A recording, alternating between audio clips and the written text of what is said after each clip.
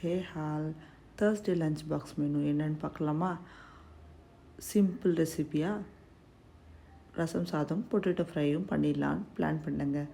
Extra ஒரு கீரை பொரியலும் பண்ணி கொடுத்துடலாம். 1 வீக் ஆகிடுச்சு கீரை செஞ்சு அப்படின்றதுக்காக எல்லாம் காலையில் எழுந்து ஃபாஸ்ட்டாக பண்ண ஆரம்பித்தேன். இன்றைக்கி எந்திரிச்சதை லேட்டு, அதனால் simply rasam and potato fry முடிச்சாச்சு.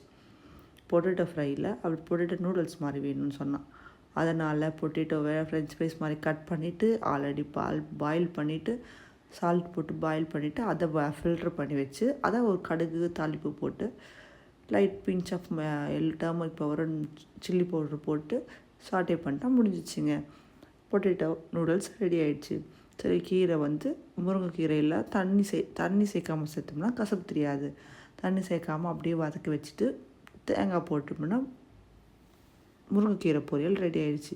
மார்னிங் டிஃபன் என்ன வேணும்னு கேட்டால் அவள் ரவை உப்புமா வேணும்னு சொல்லிட்டாள். சரி, ரவை உப்புமா நேற்று வச்சு குழம்பு கொஞ்சம் மிச்சம் இருந்துச்சு. அந்த குழம்பும் ரவை உப்புமா வச்சு முடிச்சுக்கலான்னு சொல்லிட்டு சைட் பை சைடு ஒரு பேன் வச்சு ஃபாஸ்ட்டாக ரவை உப்புமா பண்ணி முடித்தாச்சு. இந்த 4 பர்னர் இருக்கிறதுனால எது யூஸ் ஆகுதோ இல்லையோ டைம் சேவிங் நல்லா வருதுங்க.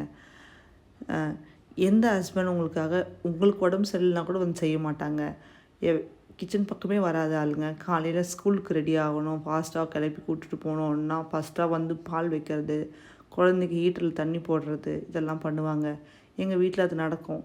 ரசம் எல்லாம் தேவையான தக்காளி, மஞ்சள், மிளகுத்தூள், சீரகம் எல்லாம் போட்டு மிக்சியில் புளி எல்லாம் போட்டு அரைச்சி தாளித்து விட்டால் இன்னும் ஈஸியாக இருக்கும். அப்போ தான் குழந்தைங்களுக்கு எதுவும் கிடைக்காதுன்றதுக்காக பண்ணிடுறது.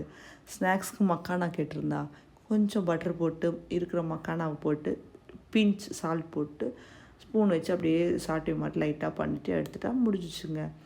மக்கானா ஒரு பக்கம் ரெடி ஆகிடுச்சு. கிச்சடியும் ரெடி ஆகிடுச்சு. இந்த சாதம் வேகிறதுக்கு அவ்வளோ நேரம் ஆகுது. ஃபைனலி சாதமும் முடிஞ்சாச்சு. அதை வடிகட்டி வச்சுட்டு ரசம் தாளிக்க மறந்துட்டல்லவா, அரைச்சி வச்சது அப்படியே இருக்குது. யாரெல்லாம் இன்னும் கூட அஞ்சரை பெட்டி யூஸ் பண்ணுவீங்கன்னு சொல்லுங்கள். என் கிச்சன் சமைக்கிறதுன்னு போனாவே ஃபஸ்ட்டு எனக்கு அஞ்சரை பெட்டி தான் எடுப்பேன். நீங்கள்லாம் எப்படி எடுப்புன்னு பார்த்து சொல்லுங்கள். சரி, உப்புமா ரெடி ஆகிடுச்சின்னு சொல்லிட்டு சாதம் வடிச்சிட்டு பிள்ளைய ரெடி பண்ணிவிட்டு ரசம் கொஞ்சம் ரெடி ஆகிட்டா பார்த்து ஆஃப் பண்ணிவிடுங்கன்னு சொல்லிட்டு போயிருந்தேன். ஆனால் என் ஹஸ்பண்ட் நல்லபடியாக என்ன பண்ணிட்டாரு, ரசம் முடிஞ்ச உடனே லஞ்ச் பாக்ஸுக்கு அவளுக்கு தேவையான அளவுக்கு பர்ஃபெக்டாக எல்லாத்தையும் கலந்து சூப்பராக பேக் பண்ணி வச்சிட்டாரு.